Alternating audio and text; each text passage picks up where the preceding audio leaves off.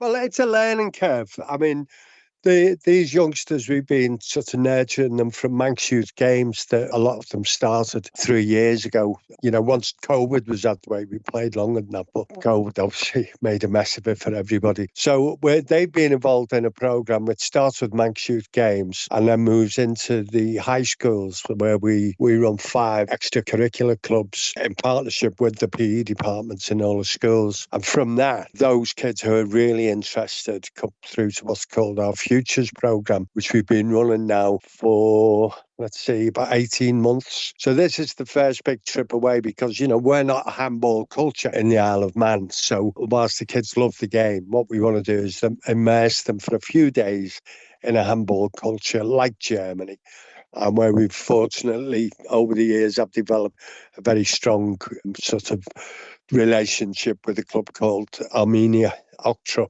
We've been partners with them for 40 years, actually, backwards and forwards from the UK to there. So we're just going to, introduce our youngsters to handball in Germany, because in Europe, obviously, everywhere you play, a handball is a massive game, a professional game with Champions League and everything that goes with that. Big crowds of 20,000 in an indoor stadia. So this is the start of the journey, really, because we've already got next year's tour planned in Viborg in Denmark, which is a massive youth tournament called Generation Handball. So it's all part of a learning curve to develop our players so that they understand the game from a European perspective as opposed to a UK perspective. And hopefully they'll become better players. And on the pathway there, we intend to produce some players who will eventually play for Great Britain. Yeah, which just sounds amazing, doesn't it? And would you be able to maybe explain what a handball culture is? Well, a handball culture is just like a football culture, but handball. So the handball is being played in Europe. So in Germany and Denmark, it's the second sport after football, right? Mm. In France as well. It's a massive, massive game. So kids are playing handball from a very, very early age, Mm. right across Europe. So when I say handball culture, it's second nature, if you like. You mentioned in the email they'll be playing on full-sized handball courts as well. How beneficial is that going to be for them? Well, again, part of the learning curve. Handball is played on a 40 metre by 20 metre court. Now, the only 2 places in the Isle of Man where we could fit one in indoors. One is the NSC, which could actually fit an international court in, and the other is Tommy's over in Peel. Every other court is too small, so it's narrow. Most courts are only 18 metres wide. Now, if you can imagine, that affects positions. There's 2 wide positions like wingers in football, if you like. And, we're playing in a very narrow court. So they're not able to develop the skills as well as they can do if they have full-size courts. So this will be an eye-opener for a lot of them. But that's what we have to do. We have to bring them to it, and then we have to try to solve that situation. You mentioned the Generation Handball that's taking place in Denmark next year. Is that juniors as well? Is that going to be some of the same kids that's going over with this trip, or are they going to Yeah, go over yeah. I mean, next year, well, or is it adults as well? yeah, yeah. There may be some adults go because we have very strong adult section now within handball. But the offer is there for the senior players to come along and play friendlies alongside, but it's a youth tournament. And if the youngsters who are coming here to Germany, if they put the work in and they stick with it, but they could be away again next year and the year after. I mean, it's not just going to stop there. Again, culturally in handball, you travel abroad, to the I mean, we'll be playing in the UK 4 times in the coming season, but the need to travel abroad to play in European tournaments is it's an absolute necessity for the development of the players. How far do you think the sport on the Isle of Man can go with your futures program, with trips like to Germany and next year to Denmark? Do you see the sport growing a lot over the next few years? Yeah, I mean, it's growing and growing already. We've got a strong plan in place, which is, to work with PE departments, and gradually, handball will become part and parcel of the PE curriculum. That's our hope. Obviously, they've got to fit that in around many, many sports that they play at school. But what I can say is that currently every school has welcomed us into the partnership, to make that happen. Some of the schools are playing its own curriculum now, as some of the schools are playing it as an alternative, within games lessons and so on. And they have done for many years. That's not a new thing. I mean, I've been here for 35 years, so I know handball has been around a long time. In Ramsey Grammar School, for instance, they played it for years. But now we're becoming a bit more smart about it and working with the PE departments to see what we can do to help them.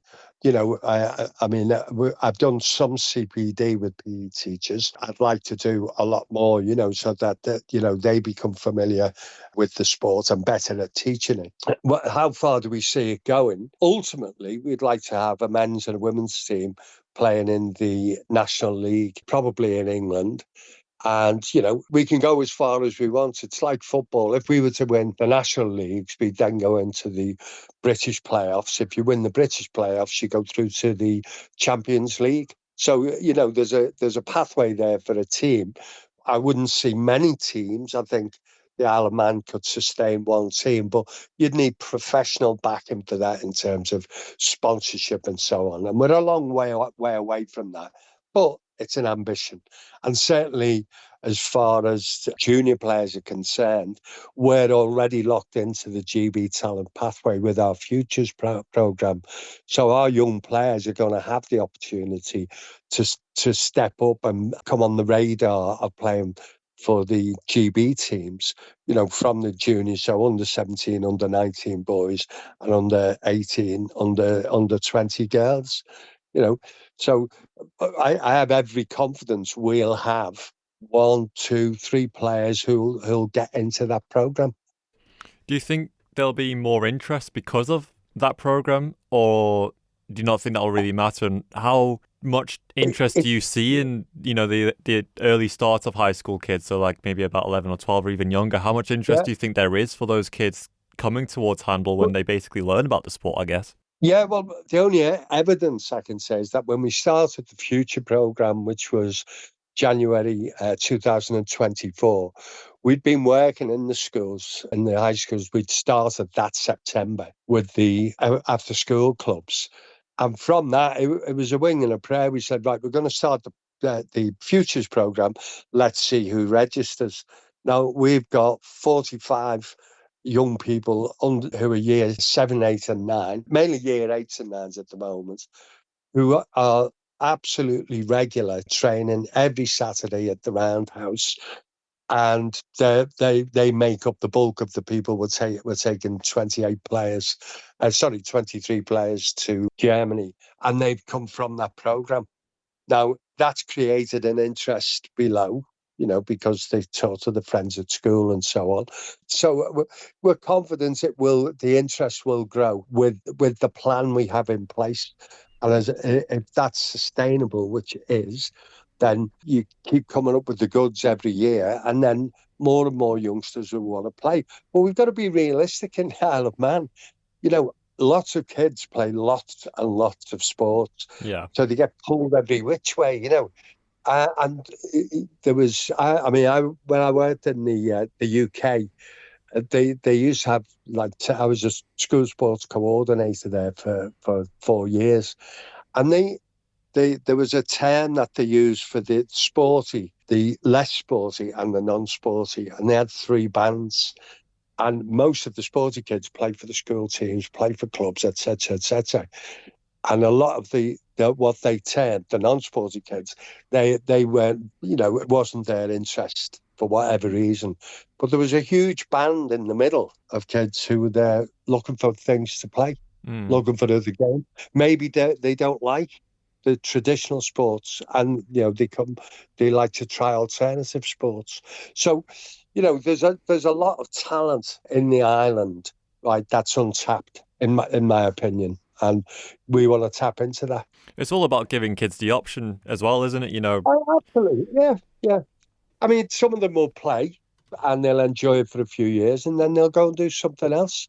And I'm a bit older in the tooth now. I just accept that. I just, they've played the game and they've satisfied their interest and they want to move on and do other things. And that's fine. But if kids have got to play for fun, and we have that opportunity just to play for fun and be with the friends, that's as valid as the youngster who wants to go all the way to the GB team. They're both valid. Yeah, absolutely.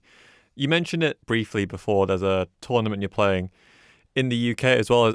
And take it that's a junior tournament as well. So it's quite a big next 12 months for handball juniors, isn't it? Yeah.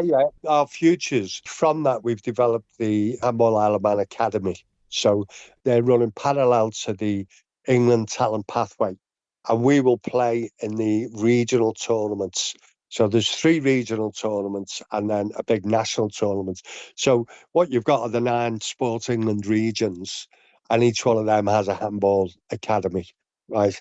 And we're now, if you like, a 10th region. So we'll play in that competition. So there's 4.